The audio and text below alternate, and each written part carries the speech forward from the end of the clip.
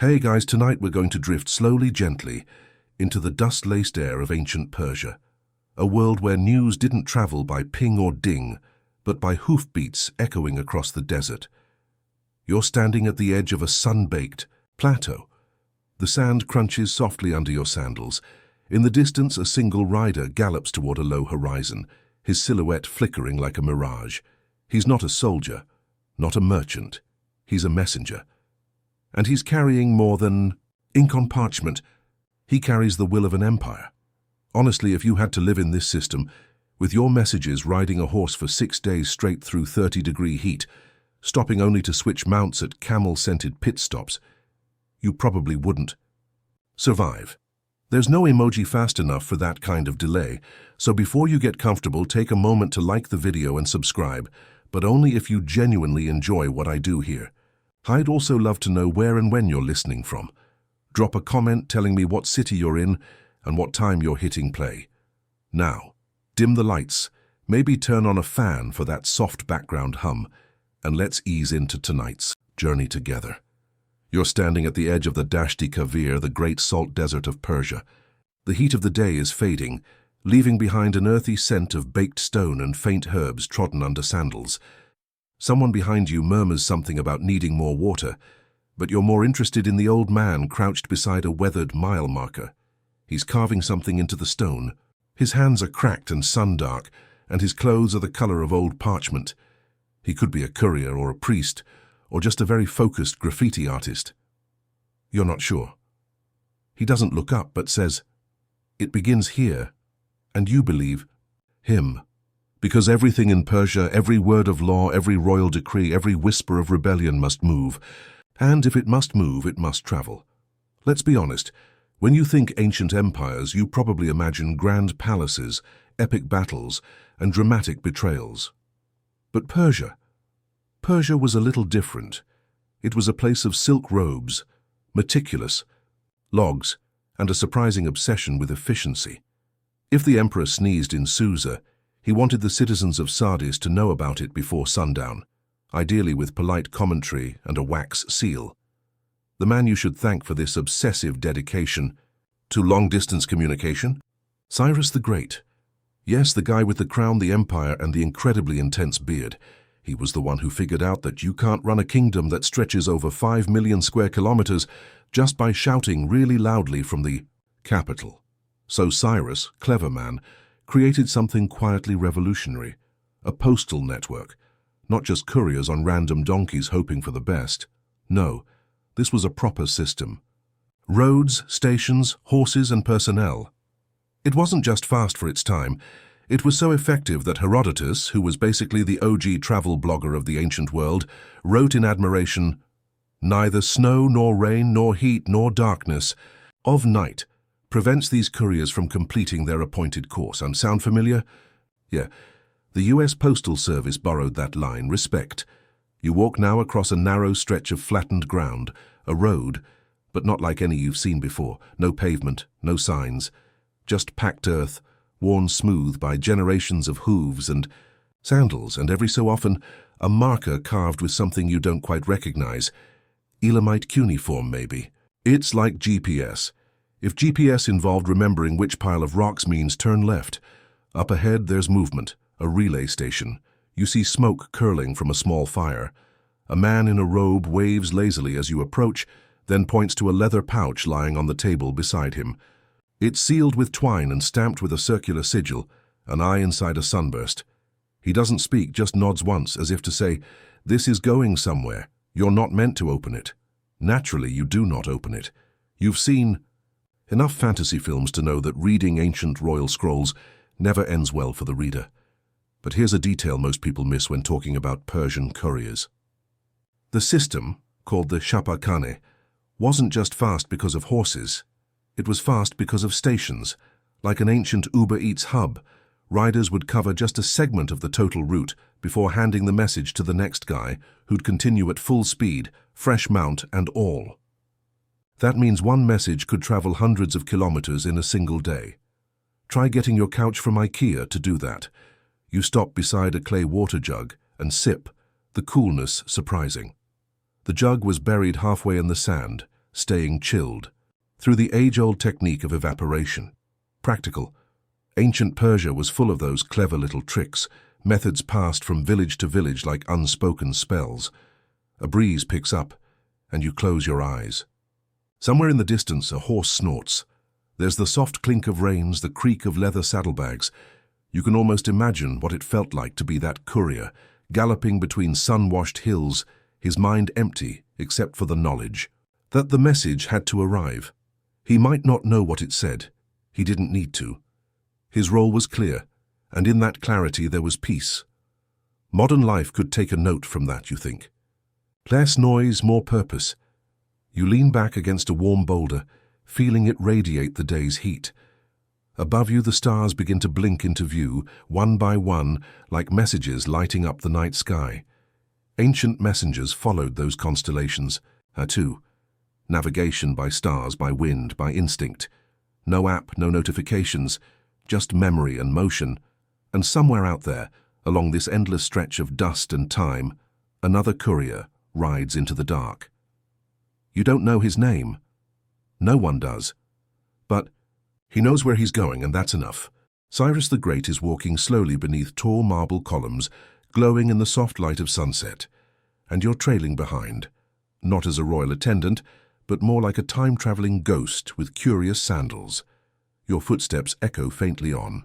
The stone floor, each one rhythmic, like the gentle thump of a sleepy drumbeat.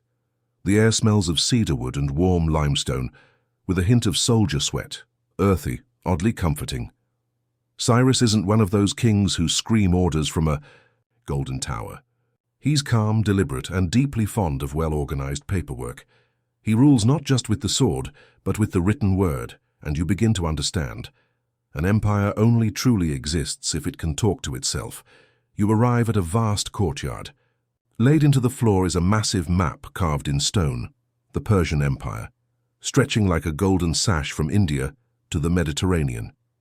Cyrus points to Sardis, then slowly drags his finger along a winding path to Susa.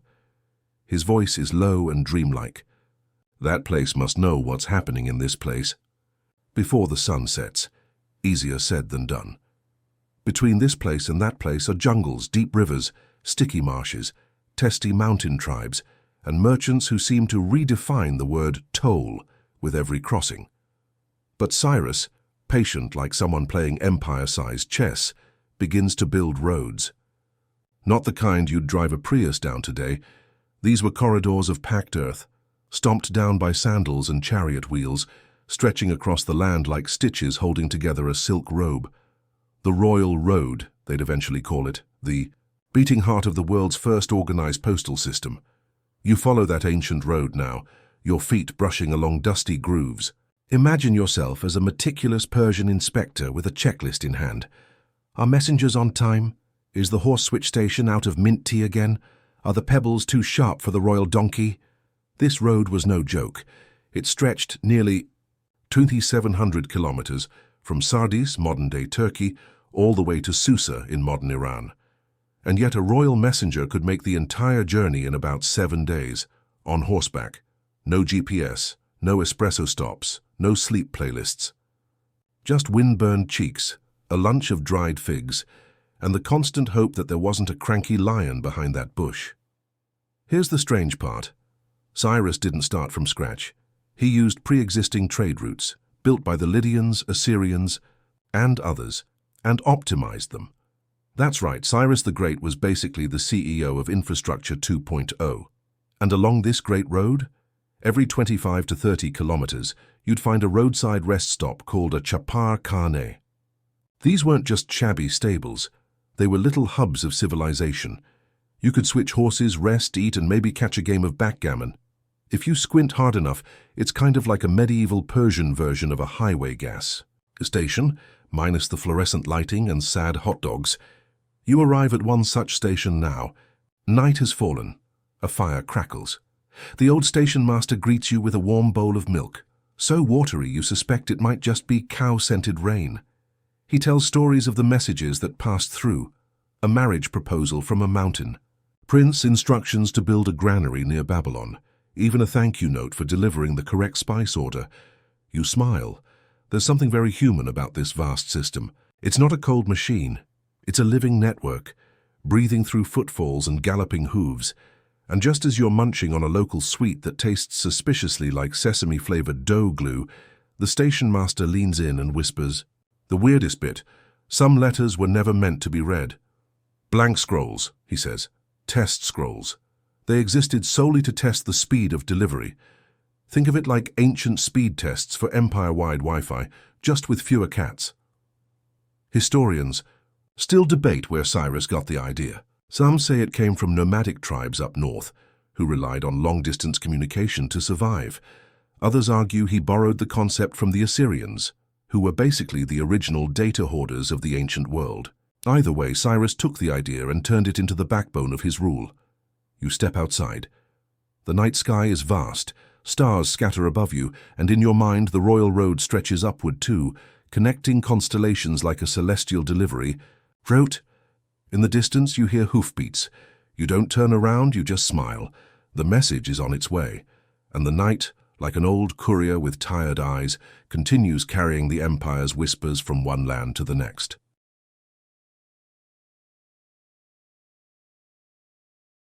The desert air is beginning to cool. You've spent most of the day on horseback, and your spine feels like someone rolled it up and stuck it in a clay jar. But the sky, oh the sky, is painted with pinks and lavenders, stretching out above. The royal road like a silk tapestry dyed by a sleepy god. You're just approaching the next Chapar Khaneh when you catch sight of something unusual, a wall covered in carvings. Not the usual inscriptions boasting about battle victories or divine bloodlines. No, this wall is different. It's full of symbols that look suspiciously like inventory receipts. You lean in. There's a picture of a horse, followed by marks. That might be a count. 3 good, 1 cranky. Another section seems to track food. Lentils, onions, something that looks like salted locusts. And here's a note that might say, "Please stop sending goats without prior notice." Yes, even in ancient Persia, bureaucracy had its poetic moments. You step into the station. It's a bit grander than the last. Walls of mud brick, painted blue and gold, and the faint smell of roasted eggplant hanging in the air like a welcome mat. This is a major node in the empire's network, where incoming and outgoing messages are logged meticulously by scribes with very pointy beards. One of them is hunched over a clay tablet, muttering to himself in Old Persian. You peek at his work. He's drafting a copy of a letter from the king to a satrap, a provincial governor, something about grain quotas and wedding dances. You decide not to ask, but here's where things get interesting. This hub doesn't just send messages, it also stores them. That's right, an archive, and not just royal decrees. There are scrolls here about tax disputes, shipment delays, stolen chickens, and a long argument between 2 noble families about whose dog technically started the biting incident.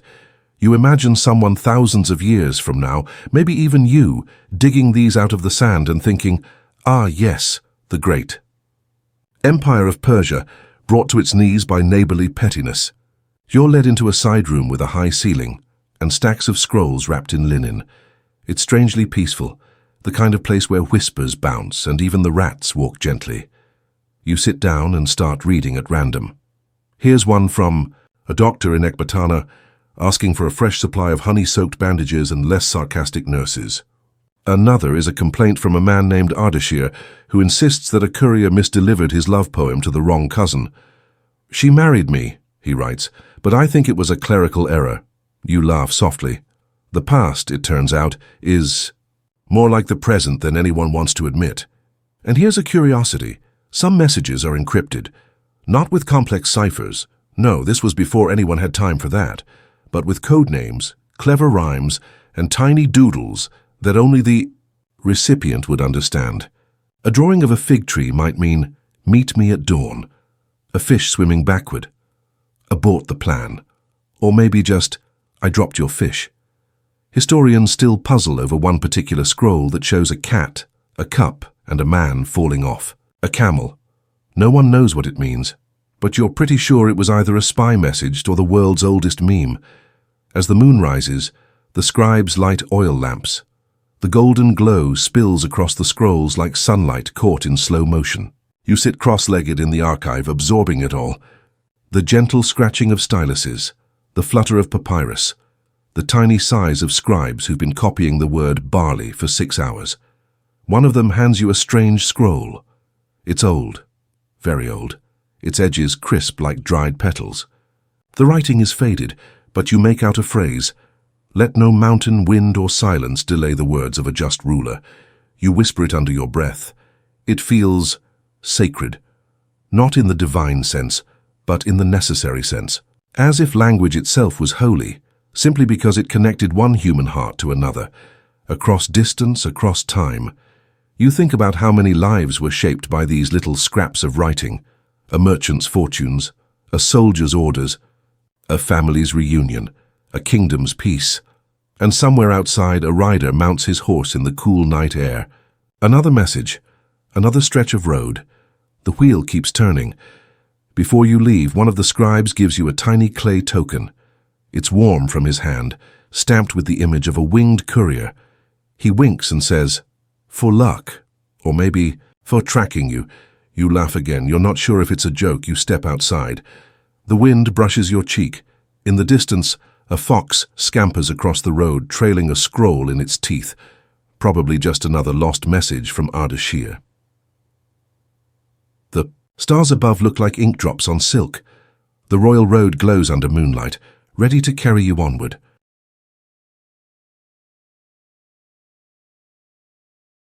You ride under stars so clear they seem almost artificial, like someone dusted diamonds across the night just to impress you.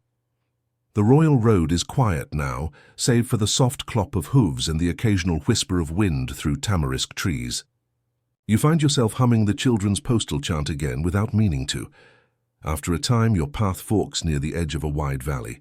You follow a smaller road that bends south, toward an outpost nestled between cliffs. This place isn't marked on most maps. In fact, some scribes deny it even exists, but couriers talk. And couriers know things.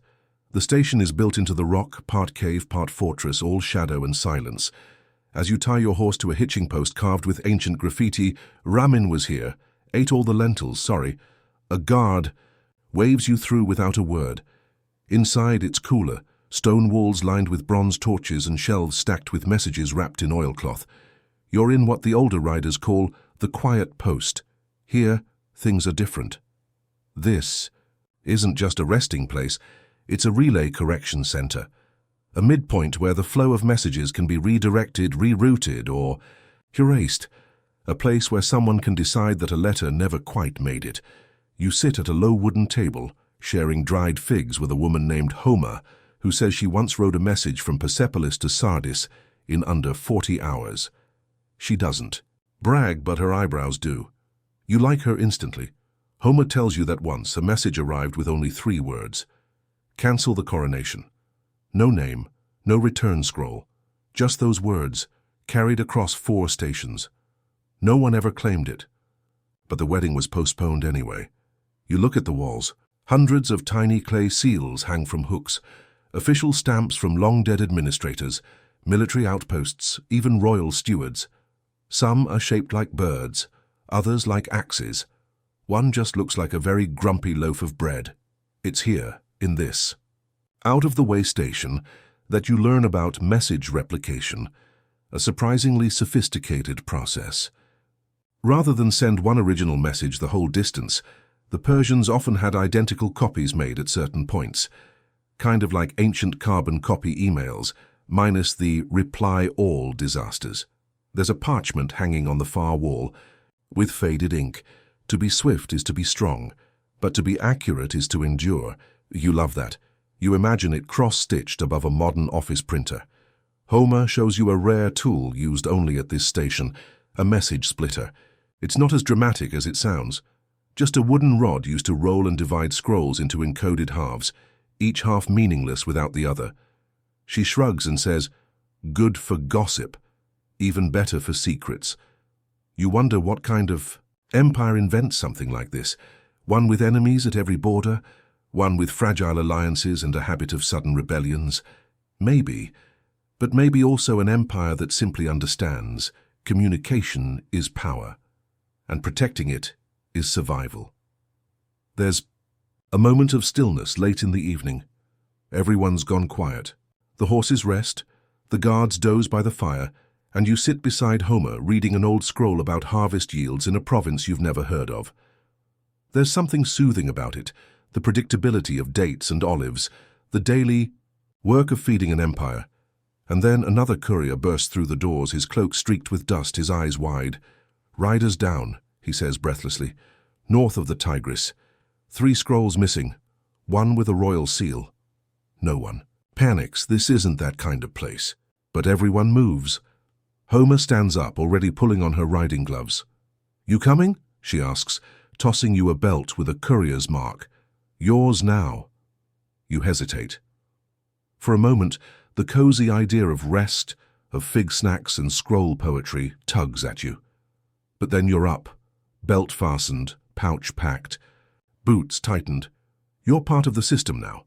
And as you ride into the night with Homer beside you, the wind cool on your cheeks, you understand something new. The postal service of ancient Persia wasn't just about roads or scrolls. It was about resilience. Messages fell, riders rose, and someone always picked up the words and carried them forward. You ride under stars so clear they seem almost artificial, like someone dusted diamonds across the night just to impress you. The royal road is quiet now, save for the soft clop of hooves and the occasional whisper of wind through tamarisk trees. You find yourself humming the children's postal chant again without meaning to. After a time, your path forks near the edge of a wide valley. You follow a smaller road that bends south, toward an outpost nestled between cliffs. This place isn't marked on most maps. In fact, some scribes deny it even exists, but couriers talk. And couriers know things. The station is built into the rock, part cave, part fortress, all shadow and silence. As you tie your horse to a hitching post carved with ancient graffiti, "Ramin was here, ate all the lentils, sorry," a guard waves you through without a word. Inside, it's cooler, stone walls lined with bronze torches and shelves stacked with messages wrapped in oilcloth. You're in what the older riders call the quiet post. Here, things are different. This isn't just a resting place, it's a relay correction center, a midpoint where the flow of messages can be redirected, rerouted, or erased, a place where someone can decide that a letter never quite made it. You sit at a low wooden table, sharing dried figs with a woman named Homer, who says she once wrote a message from Persepolis to Sardis in under 40 hours. She doesn't brag, but her eyebrows do. You like her instantly. Homer tells you that once a message arrived with only 3 words. Cancel the coronation. No name, no return scroll. Just those words, carried across 4 stations. No one ever claimed it. But the wedding was postponed anyway. You look at the walls. Hundreds of tiny clay seals hang from hooks. Official stamps from long-dead administrators, military outposts, even royal stewards. Some are shaped like birds, others like axes. One just looks like a very grumpy loaf of bread. It's here, in this out-of-the-way station, that you learn about message replication, a surprisingly sophisticated process. Rather than send one original message the whole distance, the Persians often had identical copies made at certain points, kind of like ancient carbon copy emails, minus the reply all disasters. There's a parchment hanging on the far wall with faded ink. To be swift is to be strong, but to be accurate is to endure. You love that. You imagine it cross-stitched above a modern office printer. Homer shows you a rare tool used only at this station, a message splitter. It's not as dramatic as it sounds. Just a wooden rod used to roll and divide scrolls into encoded halves, each half meaningless without the other. She shrugs and says, "Good for gossip, even better for secrets." You wonder what kind of empire invents something like this, one with enemies at every border, one with fragile alliances and a habit of sudden rebellions. Maybe, but maybe also an empire that simply understands communication is power, and protecting it is survival. There's a moment of stillness late in the evening. Everyone's gone quiet. The horses rest, the guards doze by the fire, and you sit beside Homer reading an old scroll about harvest yields in a province you've never heard of. There's something soothing about it, the predictability of dates and olives, the daily work of feeding an empire. And then another courier bursts through the doors, his cloak streaked with dust, his eyes wide. "Riders down," he says breathlessly. "North of the Tigris. 3 scrolls missing, one with a royal seal." No one panics. This isn't that kind of place. But everyone moves. Homer stands up, already pulling on her riding gloves. "You coming?" she asks, tossing you a belt with a courier's mark. "Yours now." You hesitate. For a moment, the cozy idea of rest, of fig snacks and scroll poetry tugs at you. But then you're up, belt fastened, pouch packed, boots tightened. You're part of the system now. And as you ride into the night with Homer beside you, the wind cool on your cheeks, you understand something new. The postal service of ancient Persia wasn't just about roads or scrolls. It was about resilience. Messages fell, riders rose, and someone always picked up the words and carried them forward.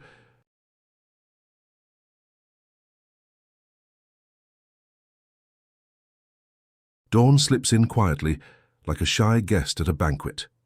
The world softens from deep indigo to gentle amber as you and Homer ride along the edge of a salt flat, your horses moving in rhythm with the crunch of frost beneath their hooves. You haven't slept, but somehow you're not tired. Something about the desert morning air seems caffeinated. You pass a small caravan coming from the opposite direction. Traders, probably. They wave sleepily. One of them offers a piece of candied almond from his sash. You accept it, even though it's definitely been stored in a sandal. Ahead lies a curious sight. A mobile postal tent. Yes, mobile. Some of the more remote provinces didn't have the luxury of permanent stations, so they used nomadic postal outposts that followed seasonal routes. It's like a mail truck, except it's a camel, and the mailbox is also the driver. You dismount. As the tent flaps are pulled open by a man with the most extravagant beard you've seen since Persepolis. It's braided, oiled, and somehow shaped into a spiral. You stare at it for longer than is polite. He doesn't mind. "Welcome," he says. "We don't get couriers out here unless something's on fire." You grin. "Only a royal scroll or two." He claps his hands and ushers you in. The tent is surprisingly spacious. Scrolls hung from ropes, ledgers tied with yarn, and a kettle bubbling with what you pray is tea and not the beginning of soup. Inside, you discover an entire system of message tracking based not on ink, but on perfume. Each message is lightly scented with a specific blend: rose and myrrh for Sardis, cinnamon and clay for Susa, mint and smoke for Ecbatana. The idea? Even if the scroll was unreadable or the ink ran, the scent would guide it to the right destination. You lean into a pouch and take a slow breath.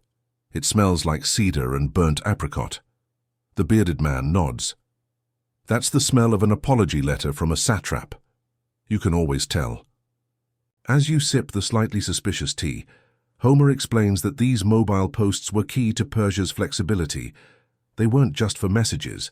They were intelligence centers, a place where rumors, trade trends, and troop movements passed hands quietly.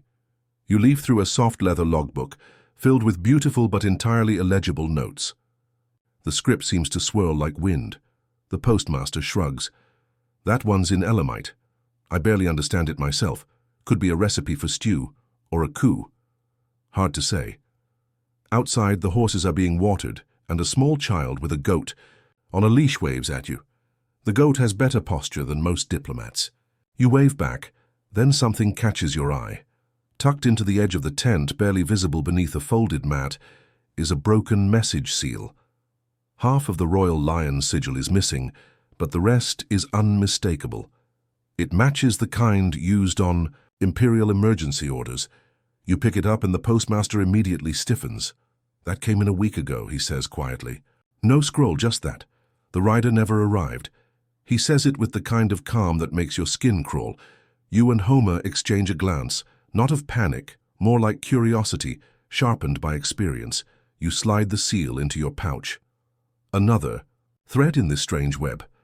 As you mount your horse once more, the postmaster calls out, "Be careful near the ravine. The winds have been strange."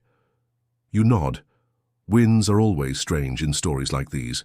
But you're not in a story, at least not one you control. You ride on.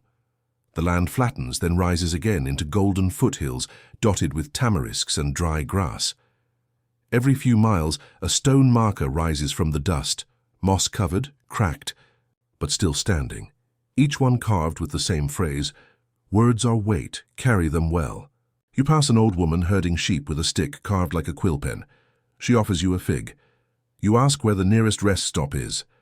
She points ahead and says, "Where the sun turns sideways." Then she keeps walking. Not helpful, but deeply poetic. Eventually, as the sun climbs higher and your stomach starts reciting poems of its own, you see it, another Chapar Khaneh, this one round and squat like a resting drum. A courier stands outside barefoot, drawing shapes in the dirt with a feather. You ask what he's doing. "Practicing," he says. "For what?" "For when I forget everything." There's something oddly comforting about that. Inside, the station is quiet. You leave the broken seal with the keeper, who whistles low when he sees it. He scribbles a note, seals it with wax, and hands it to another rider already halfway out the door. Chain reaction, set in motion.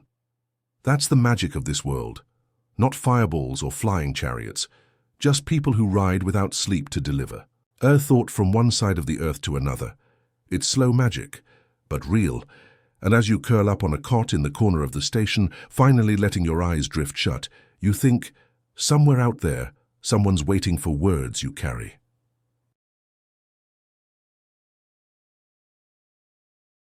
You wake to the rhythmic thump of a pestle in a mortar. Someone's grinding herbs, mint maybe, or something stranger. The air smells like tea and wet clay, and your neck has molded perfectly to the shape of a pillow that might have once been a saddlebag. Your dreams, vague and looping, still trail behind your eyes like forgotten scrolls. Outside, the sun is stretching, painting everything in golden yolk. Homer's already awake, perched on a fence post with a piece of dried plum between her teeth and a letter balanced on her knee. "Morning," she says. You snort in Elamite. You're not even surprised anymore. Today's route cuts through a highland pass, twisting between stone terraces where villagers tend ancient fields. They grow barley and pomegranates, and something called Shah wheat, rumored to taste like buttered history. As you ride, children wave and run beside you, yelling names you don't recognize, tossing pebbles and questions. One boy holds up a drawing, a courier on horseback, trailing fire behind him. You nod solemnly, as if it's a perfect likeness. Soon, you reach a series of switchback roads, narrow and steep, carved centuries ago by workers paid in salt and goats. Along the way are markers, short poems etched into stone, perhaps by lonely riders. One reads, "If you find this, I hope the soup's still hot. You love this." A postal haiku, long before postage stamps or deadlines. At a turn in the path, you pass a message bell, a bronze chime mounted on a post. Riders ring it to signal safe passage. It's believed that the sound carries to the next station faster than a rider could, like the whisper of a promise. You ring it. The tone is low and warm, like a cat purring in a cave. And then comes the hill. Oh, the hill. No one warned you about the hill of 70 paces, though Homer insists it's in every training scroll. It's less of a hill and more of an ancient punishment, disguised as a slope. By the time you reach the top, your legs feel like boiled reeds and your horse looks mildly offended. But the view? Worth every grumble. Below you lies the city of Ragay, a trade center and former capital turned dusty legend. Its rooftops glint like fish scales in the sun, and smoke curls gently from clay chimneys. You can smell roasted chickpeas and coriander on the breeze. Someone down there is living your backup dream life. You descend slowly. No rush. Every step feels like unrolling a scroll. In Ragay, the streets buzz with quiet industry. Potters, scribes, spice merchants with cumin-scented fingers. But your first stop is the courier temple. Yes, a temple, to messengers. It's not large, just a shaded stone courtyard with carved steps and a fountain shaped like a horse's mouth. But here, couriers leave offerings. Bits of broken reins, worn boot soles, wax seals faded to ghost shapes. You see one rider lay down a scrap of silk with a tear in it. Maybe from a letter, maybe from a sleeve. Who knows? Meanings like that. Light, delicate, sometimes personal. Homer explains that the Temple of the Path was once watched over by a priesthood of readers. They memorized official messages in case the scrolls were ever lost, and then recited them to their destinations word for word. Imagine trusting your government documents to someone's memory. Still, it worked, more often than it didn't. A scribe in the temple asks if you'd like to donate a word. You hesitate, he explains. It's an old custom. You speak a single word aloud, and it's written into the temple's scroll of silence. A ceremonial log kept only for balance, not for meaning. You choose weightless. The scribe nods, and a boy with purple ink writes it in the air before, pretending to roll it up and tuck it into his sleeve. The ritual is complete. You're lighter somehow. That night, you stay in a courier's dorm above a quiet bathhouse. The mattress is soft straw, and the ceiling has constellations painted in crushed lapis. A kitten sleeps on your knee. Homer is already snoring, this time in Old Persian. You roll over, pull your blanket tight, and think how strange and wonderful it is that the first organized postal service wasn't born out of boredom or bureaucracy, but out of the belief that words carefully carried can shape empires. You drift off imagining a letter you haven't written yet, one that begins, "Dear Tomorrow." When you wake, it's still dark, but not silent. There's the sound of sandals on stone, the rustle of fabric, the occasional soft grunt of someone trying not to stub a toe. This is the pre-dawn dispatch hour in Rageh, when the city's courier network resets itself for the day. Like a great mechanical bird quietly winding its springs, you and Homer rise without a word. There's no need for speech this early, just nods, half smiles, and the shared understanding that some of the most important things happen before sunrise. You follow a narrow alley to a staging yard filled with horses, carts, and yawning messengers. Sipping from clay mugs of barley milk, your horse whinnies a tired greeting. Someone offers it a date. Someone else offers you one too. It tastes like sugar and memory. At the far end of the yard is a mapping table, a raised stone slab covered in inked tiles. Each tile represents a section of the empire, and small wooden riders are moved across it like pieces in an invisible game. It's the Persian way of tracking the mail flow, not in words but in motion. One official notices you watching. "Want to move a rider?" he asks. You hesitate. He smiles. "It's just good luck. Every new courier moves one. So you reach out and slide a tiny wooden horse across a tile marked Zaran. The official nods approvingly. "Let's hope that one gets through." A new scroll is pressed into your hand, this one bound with copper thread, which means it's a trade document. You don't know exactly what's inside, but judging by the scowl on the official's face, it's urgent, complicated, and probably the result of someone failing to count grain sacks properly. Time to ride. The road east of Rageh curves like a ribbon through dry hills. Morning birds shout half-heartedly from the thorn bushes. The wind picks up as you pass a row of ancient stone arches, long abandoned. Homer says they once held banners during New Year festivals. Now they just frame the sky. As you approach a bend, you hear the clatter of hooves and see a figure riding toward you at speed. It's a courier like you, but his sash is upside down, a subtle but serious signal. Homer flags him down. He dismounts, breathless, and holds out a slip of parchment. Not a message, just a warning. Flooding ahead. 2 bridges down, take the shepherd path, no need to speak. You both nod, reroute, and veer off the main road, climbing a series of ridges used only by local herders. The path is narrow and smells like wild onions. Along the way, you pass a shepherd sleeping under a tree, his staff tucked into his belt and a small bronze seal ring on his thumb. Homer points it out. It's the mark of a retired courier, living quietly now among sheep and stars. He opens one eye and says, "Don't forget to write when you get wherever you're going." Classic midday comes with a soft heat that settles on your shoulders like a warm towel. You stop at a high overlook where a simple message post stands, a hollow clay cylinder with a slit in the side, protected by a terracotta lid. Inside, riders leave brief updates for each other, mostly in shorthand. "Road firm, water clean. Watch for loose stones. Good melon cellar in Abara. Do not trust the green cheese in Barzak." You add your own. One bridge. Out. Shepherd path passable. No goats were harmed. You remount and continue. By late afternoon, the landscape changes again. Steps dotted with strange stone statues, some no taller than your knee, others towering like guardians. No one knows who made them. Some say they're older than the Empire. Others say they're courier markers left as spiritual guides. One looks like it's sticking out its tongue. You return the gesture. As you ride between them, Homer tells you about a courier from 100 years ago who once lost an entire wagon full of messages during a sandstorm. She couldn't recover them, but she rememorized every letter based on what she remembered of the handwriting, smell, and paper weight. Most of them arrived intact. Some historians still argue about whether that's even possible. Others say, of course it is, she was a courier. The sun lowers behind your shoulder.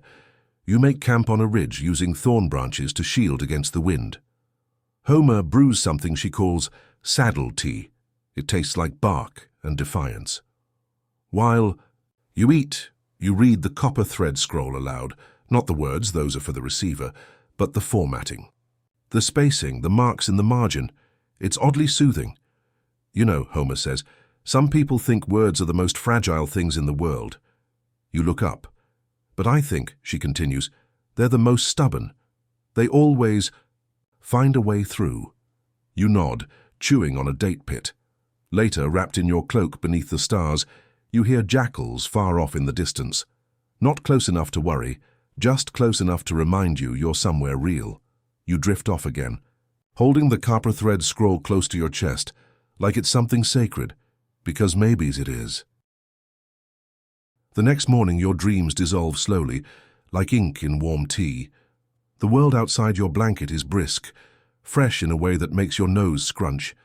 Homer is already up, boiling water over a fire made from dry brush and something that smells faintly of crushed mint and saddle leather.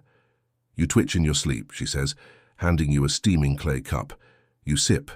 It's bitter, earthy, possibly made from twigs and optimism. Today's journey leads you toward one of the Empire's lesser-known wonders, a relay palace near the edge of the Caspian forests, where royal dispatches are sorted, sealed, and launched across the Empire. Like fireflies, the trail descends gradually into greener territory. Birdsong grows louder, trees lean in as if eavesdropping, and the air hums with damp moss and the faint perfume of pine. It feels like entering the lungs of the earth. As you walk, Homer points out signs of courier traffic, hoof prints that haven't yet dried, a strand of red thread snagged on a branch, even a crude drawing scratched into a tree, two riders racing, one upside down. Courier humor, she explains. We're a strange bunch. By mid-morning you arrive. The relay palace isn't grand, at least not in the palace sense.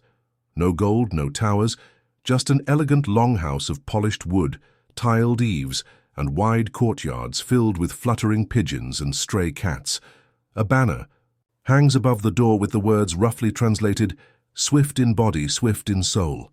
Inside, the place hums with quiet activity. Couriers sit cross-legged in alcoves, reading scrolls aloud to scribes who copy them onto fresh parchment. Elsewhere, message crafters test out new materials.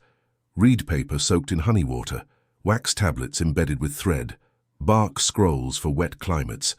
Someone is even experimenting with fireproof silk, though you can't help but wonder what kind of message needs to survive being set on fire.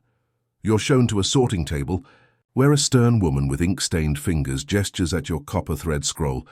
You made good time, she says, even with the detour. She opens it, reads the first line, then grins. Ah, the barley crisis. You nod like that explains everything. She hands you a small seal token, a flattened bronze disc marked with a lion in mid-pounce. It's proof of delivery, but also a kind of charm. If you carry 5 of them, tradition says, you're owed a free meal at any courier house. 3 more to go. While Homer chats with an old friend who apparently once wrote a message all the way into a wedding by accident, you wander the archives. There's a long corridor lined with scroll drawers, each labeled with the name of a town, a year, and an animal. You ask why the animals. The clerk shrugs. We get bored. Some years are elephant years, some are weasel years, keeps the dust off our minds. You pull out one labeled Susa, Year of the Fat Falcon. Inside is a scroll addressed to a merchant's daughter, written in a careful, slanted hand. You read the first few lines, my dear Lala. There are 15 types of apricot here. I've eaten 12. The last 3 wait for you. You close the drawer quietly like you've overheard a secret. At the far end of the building is the Pigeon Tower, a high, circular room filled with cooing birds and swinging perches. The pigeons wear colored bands indicating their origin and delivery capacity. Some are sleek, built for speed. Others, heavier, carry tiny scroll tubes. You're allowed to send one message. You think for a moment, then write on a slip of paper. Still riding. Still dreaming. The road is long but gentle. You slide it into a tube and attach it to a pigeon with a speckled wing. Homer watches as it flies off through an open arch. "Where did you send it?" she asks. You smile. "Nowhere in particular. Maybe to someone." "Who needs it?" You don't linger. By afternoon, you're back on the road, weaving through sun-dappled groves of mulberry trees, past fields dotted with beehives and sleeping oxen. The landscape flattens, the horizon widens. At one point, you stop at a roadside stall. A boy no older than 10 offers you a snack, pressed fig bars wrapped in vine leaves. You take 2 and pay with one of your bronze lion tokens. He grins like, "He's just received treasure." "You're a letter person," he says solemnly. "I can tell." You nod, mouth full of fig. That evening you camp by a spring surrounded by singing stones, flat rocks that ring when struck. Homer taps out a little tune while you stare at the stars and imagine each one carrying a tiny message from the gods. "Some people," she says, "think the postal service is boring." You raise an eyebrow, she shrugs. "But we know. It's full of secrets and surprises, and the occasional goat stampede." You both laugh quietly, careful not to wake the stars. You fall asleep with the hum of the singing stones still in your ears, your satchel by your side, and the faint scent of ink and fig lingering on your hands. The next day dawns with a gentle mist curling over the valley, softening every edge like the world is still deciding whether to wake up. You and Homer begin walking before the sun fully rises. The grass beneath your feet is still damp, whispering with each step. Ahead lies Ecbatana, one of the Empire's seasonal capitals, nestled in the foothills like a lost jewel. But that's not where you're headed. Not yet. Today's destination is more hidden, a training outpost for royal couriers, located within a grove of tamarisk trees and protected by superstition, sarcasm, and possibly actual bears. "You'll like this place," Homer says, adjusting the strap on her bag. Everyone's odd, in a good way. By mid-morning, the landscape shifts again.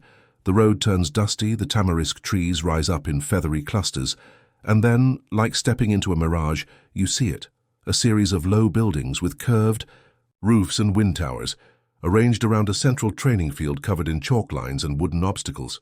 There's a long, shallow pool for water training, a steep incline for hill practice, a mud pit, presumably for character development. No one wears uniforms. Most of them are in patched tunics, some with scarves bearing tiny embroidered symbols, a running fox, a moonlit tree, a shoe on fire. No one explains what they mean. You're welcomed by a tall, sunburnt man named Ramin, who squints at you for 3 full seconds before saying, "Ah, you walk like someone who spent a week with Homer. Welcome." You're not sure if that's a compliment. He gives you a tour, speaking in a slow, meandering drawl as if he has all the time in the world, because he says we do until we don't. You pass students practicing scroll wrapping techniques, not just for neatness but for balance, because sometimes a scroll must be thrown, slung, even hidden in fruit. One woman is tucking a message into the core of a dried pomegranate. You watch a lesson on nonverbal delivery, when a courier can't speak the local tongue or must stay silent. They practice expressing urgency with only gestures, posture, and well-timed eyebrow lifts. It's like a theatre troupe directed by owls. Then comes your favorite, obstacle course for scroll survival. It's half chaos, half ballet. Riders dash through trees, leap over barrels, duck under poles, all while holding a fake scroll between their teeth. If it touches the ground, they must start over. One student runs it blindfolded. When she finishes, the others cheer. Not loudly, just enough. "Quiet pride is our love language," Ramin explains, At lunch, you sit on a carpet beneath a fig tree while students swap courier tales. One tells of being chased by a goat across 2 villages. Another swears she once outran a dust devil that tried to eat her scroll. A third shares the story of the disappearing lake, which swallowed a whole courier station overnight. No one knows if it's true, but the tale ends with a line. The scroll floated for 3 days before it was found, dry as bone. That one earns quiet nods of approval. Homer disappears for a while to speak with the station elder, a former courier who now walks with a cane carved from cedarwood and secrets. You take the opportunity to wander. You find a small garden behind the training hall where herbs grow wild and cats sun themselves without permission. There's also a tree stump turned into a message shrine. People leave scraps of failed drafts, burnt edges, and even miswritten names here. You add a small note. I spelled urgent like eggplant. Forgive me. The stump doesn't reply, but you feel better. Later, Ramin shows you the route. Wall, a giant relief map made of painted clay and twine depicting the Royal Postal network. Red strings mark known routes. Blue ones indicate seasonal paths, and a few green ones. What are those, you ask? He grins. Routes that don't officially exist. You didn't hear that from me. At twilight, students gather for message. Practice in the dark. It's not about speed, but accuracy under stars. They recite dispatches while blindfolded, or write by moonlight, trying not to smudge the ink. You join in, writing a simple sentence with your eyes half closed. If this scroll finds you, I hope you smiled. It's clumsy, it's crooked, it's perfect. As the night deepens, the camp quiets. You lie on a rolled mat beneath the fig tree, watching wisps of cloud drift past a nearly full moon. Someone hums a lullaby in the distance, and Homer returns. With a steaming mug of barley tea. You did well today, she says. You blink. I didn't do anything. She shrugs. Sometimes listening is the hardest part. You sip the tea. It's earthy and slightly sweet, like toasted soil with a hint of memory. Somewhere in the distance, a pigeon coos. A fire crackles softly. You fall asleep wondering how many messages were never delivered, and whether they found other ways to arrive anyway.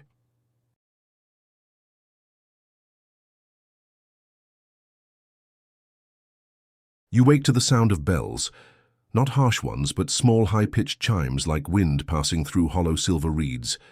It takes a moment to remember where you are. The fig tree, the scroll training camp, Homer somewhere nearby, probably, already brewing her 3rd cup of barley tea. The morning is still soft and slow. Dew glitters on the training course, turning the mud pit into a reluctant mirror. A few students stretch quietly under the tamarisk trees, their shadows long and slow-moving. Ramin approaches, munching a piece of flatbread wrapped around something. Green and suspiciously crunchy. Ready for your next lesson? He asks, not waiting for a reply. Before you can answer, you're pulled into a class on scent-based courier tactics, an odd but surprisingly complex system involving herbal inks, scent-tracking animals, and the unfortunate discovery that, too, much lavender can attract wild sheep. Today's focus: identifying messages by smell alone. You're handed a box of scrolls and asked to find the one marked with a note from the king's physician. You sniff. One scroll smells like honey. Another, like wet dog. A third like cucumber and ash. None of them say doctor to you. Eventually, with much guidance and 2 sneezes, you choose one that smells of dried juniper and faint saffron, the traditional scent associated with the medical scrolls of the Western satrapies. You get a nod from the instructor, who then mumbles, or it's a recipe, we'll see. By midday, you and Homer say goodbye to the training camp. There are soft farewells, a quiet high five, and someone secretly leaves you a scroll tucked in your satchel that simply says, "You run funny. Don't stop." You're back on the road, but the energy has shifted. Now, instead of walking in silence, you find yourself narrating the road aloud, describing the colors of the hills, the tilt of clouds, the odd thrill of seeing a lizard blink in slow motion. Homer doesn't comment, but her smile deepens. You're starting to think like a courier. That night, you camp on a hill overlooking a remote courier station carved into a cliffside. It glows like amber from within, and even from a distance, you can see pigeons fluttering in and out of small crevices, each a potential messenger. You're about to meet the flight division, Homer says, brushing dust from her boots. Don't let them convince you that birds are better than horses. It's an ongoing debate. The next morning you descend to the station. The cliff path is narrow, zigzagging like the handwriting of someone composing a poem mid-jog. You nearly slip twice, once distracted by a particularly judgmental hawk perched above you. At the base, you enter the aviary, a massive hollowed chamber filled with soft cooing, feathered rustling, and the faint scent of grain and guano, a combination that somehow grows on you.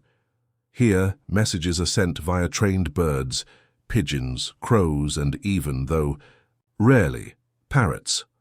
One handler, a woman named Shirin, introduces you to a bird named Mithra, a grey pigeon with a piercing stare and the unsettling habit of tilting its head whenever you speak. Mithra's delivered more messages than most humans, Anshi says proudly. You ask how the birds find their way. Smell stars' magnetic fields, Shirin replies. Also spite. Some of them just want to prove you wrong. You spend the day learning how scrolls are miniaturized into tiny copper capsules strapped to the bird's legs. You practice latching one on. Mithra tolerates you barely. Later you watch a demonstration. A courier stands on the cliff's edge, releases a pigeon toward a faraway ridge, and within minutes the bird vanishes into the sky like an arrow wrapped in feathers. Messages. Gai air are for emergencies, Homer explains, or for gloating. The king once sent a bird message just to say his sandals were more comfortable than his cousins. That night, you sleep in a cave room carved into the rock, with a view of stars slicing across the sky. You dream of birds whispering secrets mid-flight, of scrolls drifting over cities like falling leaves. In the early hours, you're woken gently, not by a person, but by Mithra tapping the window with a message. You open it. Inside, scrawled in hurried script is a single phrase. The route east has changed. Homer reads it over your shoulder. That means we go through the salt desert, she says with a sigh. You blink. That's bad? She shrugs. Only if you dislike mirages, camel spit, and the sensation of time folding in on itself. You stare at the message again. It smells faintly of cumin. You suppose that's the smell of adventure now. Dawn, following the new route eastward, just as Mithra's note instructed. The air is dry and oddly still, like the sky is holding its breath. By mid-morning, the hills vanish behind you, replaced by a vast salt desert. Flat, white, endless.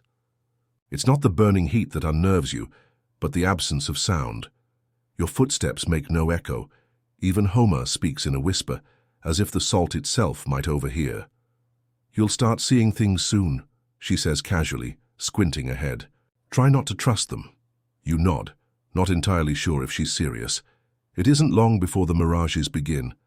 Distant trees that dissolve as you approach, puddles that vanish underfoot, whole caravans shimmering like ghosts just out of reach.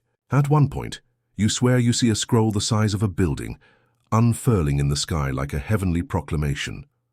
Homer doesn't even blink. That one's new. Despite the strange sights, the journey is smooth. The Persian Empire maintained rest stops across even the harshest stretches. Known as Chapar Khaneh, these way stations were like mini oases, offering water, shelter, and sometimes, if you were lucky, dates stuffed with crushed almonds and rosewater. You reach one by late afternoon, a small stone building with low arches and a sun-faded flag fluttering lazily from the roof. There are 2 camels chewing with dramatic slowness, and a man asleep in a hammock made of braided scroll twine. You're greeted by a woman named Pari, who manages the post with the serene energy of someone who once fought a sandstorm and won. She hands you a cup of salt tea which tastes like ocean mixed with regret. Acquired taste, she says. Inside, the walls are lined with old scrolls, not official messages but personal ones. Love letters, riddles, confessions, even a recipe for beet stew written entirely in verse. This station doubles as a message archive, Pari explains. For scrolls that were lost or never meant to be delivered, you read a few. One ends simply, I forgive you, but I won't say it out loud. Another, tell the king, the stars are not aligned today, postpone the hunt. Homer runs her fingers along a scroll labeled, "Do not open unless absolutely bored." She raises an eyebrow but puts it back. As evening falls, the station grows golden with fading light. You climb onto the roof, where couriers often slept to catch breezes and watch for travelers. The salt desert stretches in every direction, catching the last sunlight like a massive sheet of cracked glass. Back in the early days, Homer says beside you, the royal couriers didn't use scrolls. They memorized entire messages, even poems. You whistle, impressed. Of course, that led to a few creative interpretations, she adds. Once a courier forgot half a battle plan and replaced it with a story about a dancing goat. Oddly, the king still won that battle. You both laugh quietly, the desert air wrapping around you like a blanket made of stories. Later, as stars pierce the sky, Pari teaches you a courier's night chant, a rhythmic, whispered mantra used to stay awake on long rides. One step for the breath, one for the wind, one for the word that never ends. You fall asleep to that rhythm, head resting on a saddlebag, dreams flickering with images of hoofprints in the salt and birds that glow in the dark. In the morning, Homer wakes you gently. "We ride," she says. "To where?" "To one of the Empire's most important relay hubs. You'll see why." You mount a shaggy, sleepy-eyed mule named Dustcake. She smells like hay and very old paper, but she moves steadily across the salt flats, following a barely visible path marked by small stone cairns. As the sun rises, you pass a broken scroll box half buried in salt, its seal still intact. You stop, dig it out carefully. Inside, a letter never delivered, addressed simply to the one who waits. You look at Homer. "Keep it," she says. "Some things arrive exactly when they're supposed to." You nod, tuck the scroll into your bag and continue east, toward a city carved into cliffs, where the Empire's fastest horses are said to dream standing up. The landscape begins to change. Salt gives way to ochre sands, and ochre sands rise into pink cliffs veined with quartz, like the earth has decided to wear jewelry. The air smells faintly of crushed stone and fennel. The path grows steeper, winding, like a lazy river up towards something hidden, something ancient. You arrive at midday just as a warm wind whistles through the stone arch, marking the entrance to the relay hub of Nahara, known among couriers as the Beating Heart. It's not a city in the usual sense. No shops, no temples, no courtyards. It's a machine made of people and horses, built into the bones of the cliff. From above, it must look like an anthill. From within, it thrums. Dozens of couriers come and go through arched tunnels carved deep into the rock. Each tunnel leads to a different route, north through the Zagros, west to the marshes, south across the copper plains, east to the royal palace itself. And yet, there's no shouting. No hurry, only flow. Everyone here knows their timing, Homer explains. That's why it works. You're assigned a room the size of a small closet, containing exactly one cot, one candle, and a mural of a horse mid-yawn. You take a moment to wash your face in a basin that smells of mint and ink, and then follow Homer to the training paddock, where the Empire's fastest relay horses are kept. They're smaller than you imagined. Thin-legged, sharp-eyed, with tails that flick like punctuation marks. "This is Ashak," Homer says, patting one. "She once ran a message from Susa to Babylon in half a day." You reach out and stroke Ashak's neck. It's warm and damp, like a parchment left in the sun. Relay riding, as it turns out, is an art form. Each courier here rides only one segment of the journey, handing off the scroll at precisely timed intervals to the next rider waiting at the next post. The goal isn't just speed, it's rhythm, a choreography of endurance and trust. You might not even meet the courier who finishes the job, Homer says. You just do your stretch and pass the baton, or the scroll, in this case.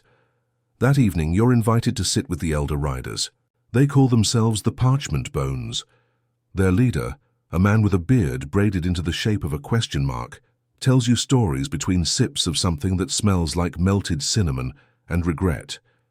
He tells you about a horse that refused to carry messages unless sung to, about a scroll that caught fire mid-route but was rewritten from memory by 5 couriers at once, and about the one time they accidentally delivered a love letter to a general and a war plan to a poet. And somehow, he grins, both of them were thrilled. You laugh, perhaps too hard, and spill your cinnamon tea. Later you walk the upper-level corridors where old maps are etched into the stone, glowing faintly with mineral dyes. The routes crisscross like veins, pulsing outward from Nahara like lifelines. You trace one with your finger. It ends near the edge of the empire, where the mountains begin to curve like a sleeping cat. The farthest relay, Homer says behind you. No one's been there in months. You raise an eyebrow. Why not? She shrugs. No messages for them lately, or none that dared to be sent. You sleep that night with your satchel beside you, scrolls tucked like secrets under your arm. In your dream you ride a relay horse made of starlight, passing a scroll from hand to hand across centuries, not cities. And in the final handoff, you give it to yourself.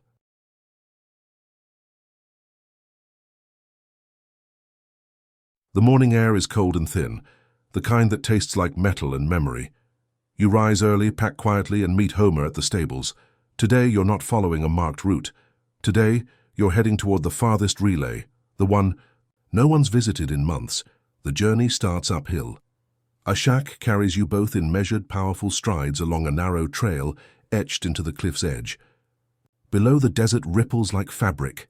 Above, vultures trace perfect circles in the sky, gossiping silently. Homer hums a courier's melody under her breath, a pattern of tones that sounds like a lullaby for mountain goats. Don't worry, she says. We'll reach the hidden post before sunset, if it's still standing. The trail winds into a forest that appears with no warning, cypress and almond trees rising like guardians, as if the empire planted silence here on purpose. The sounds change. The hooves are muffled, the wind more secretive. You spot signs of the old postal path, a broken mile marker, half buried in ivy, carved with the symbol of a feather and flame. Then further along, a stone bench with an inscription, for the courier who carries more than words. You sit there briefly, feeling the weight of the scrolls in your satchel. They're heavier than they should be. One of them hums softly, like it remembers its destination. By midday you reach the lost relay station of Eresh, nestled between two stone ridges like a forgotten thought. It's half-collapsed, roof-sunken, moss clinging to the once-polished walls, but the message tube outside the door still standing. You approach, open it, and find exactly one scroll. It's wrapped in violet ribbon, an unusual color, reserved. For royal use or personal requests of deep emotion, the seal bears the image of a sleeping lion. It was never picked up, Homer murmurs. No one came for it. You read the inscription aloud, to the one who remembers. You pause, heart quiet. Somehow you know this scroll is meant for you. You slip it gently into your pack. Inside the station there's dust everywhere, and the kind of silence that feels thick with stories. On the wall hangs an old courier map, hand-painted with care. Routes curve and fork in every direction, but one leads off the edge of the parchment. You point to it.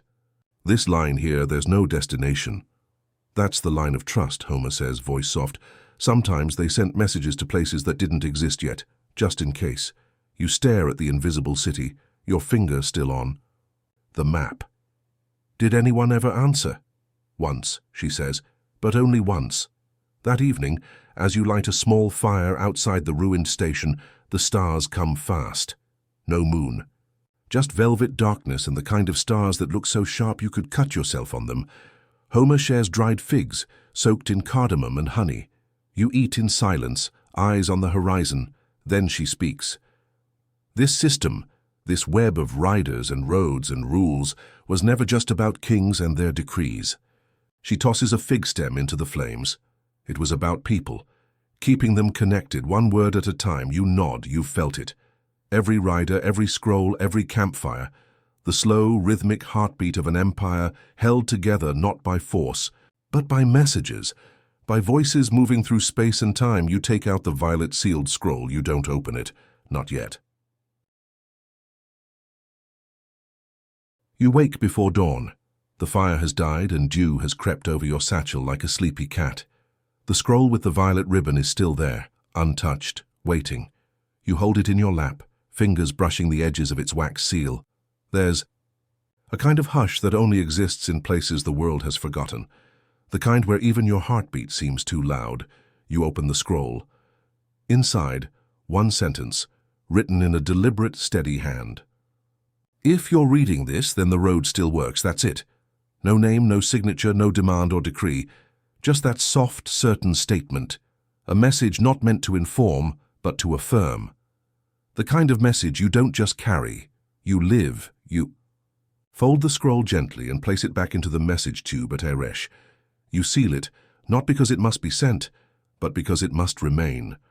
Homer watches you, then gestures toward the trail. "We should go," she says, voice quiet as the morning mist. The journey back is slower, deliberate. You and Ashak move in rhythm, your muscles now knowing what your mind only suspected before.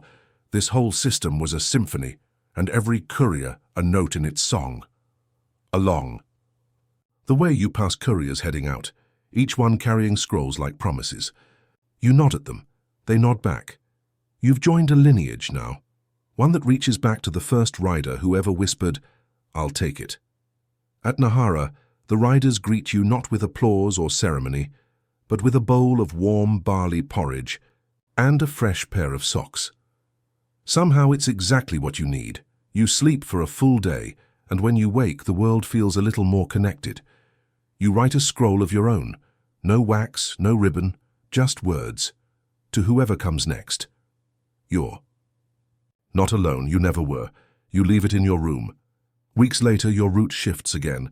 This time you head toward the western coast, where the wind smells of salt and copper, and the roads are said to shimmer at sunset.